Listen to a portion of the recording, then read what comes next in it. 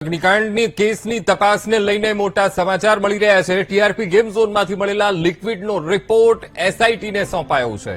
Game ઝોનમાંથી મળી આવેલું liquid resin હોવાનો એફએસએલ તપાસમાં ખુલાસો થયો છે અને હંગામી બાંધકામની દિવાલ પર મટીરીયલ લગાવવા રેઝિનનો ઉપયોગ થતો હતો। ગેમ ઝોનમાં રેઝિનનો રિપોર્ટ એસઆઈટીને સોંપવામાં આવ્યો છે।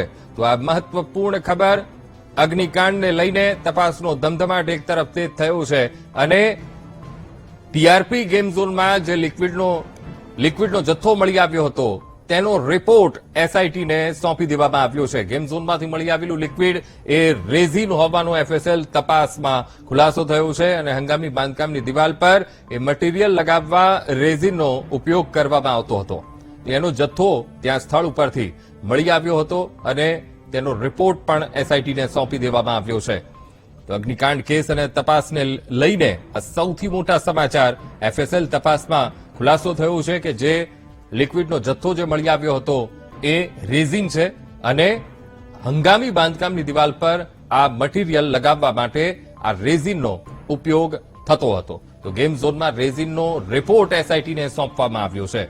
તો આજ મુદ્દે સંવાદદાતા મેહુલ ફોનલાઈન પર। મેહુલ, અગ્નિકાંડ કેસની તપાસનો ધમધમાટ અને ગેમ ઝોનમાંથી જે લિક્વિડનો જથ્થો મળી આવ્યો હતો એનો રિપોર્ટ એસઆઈટીને સોંપાયો છે અને એફએસએલ તપાસમાં ખુલાસો થયો છે। મેહુલ, બિલકુલ જો વાત કરવામાં આવે તો એફએસએલ દ્વારા એક મહત્વનો રિપોર્ટ જે છે તે એસઆઈટીને સોંપી દેવામાં આવ્યો છે।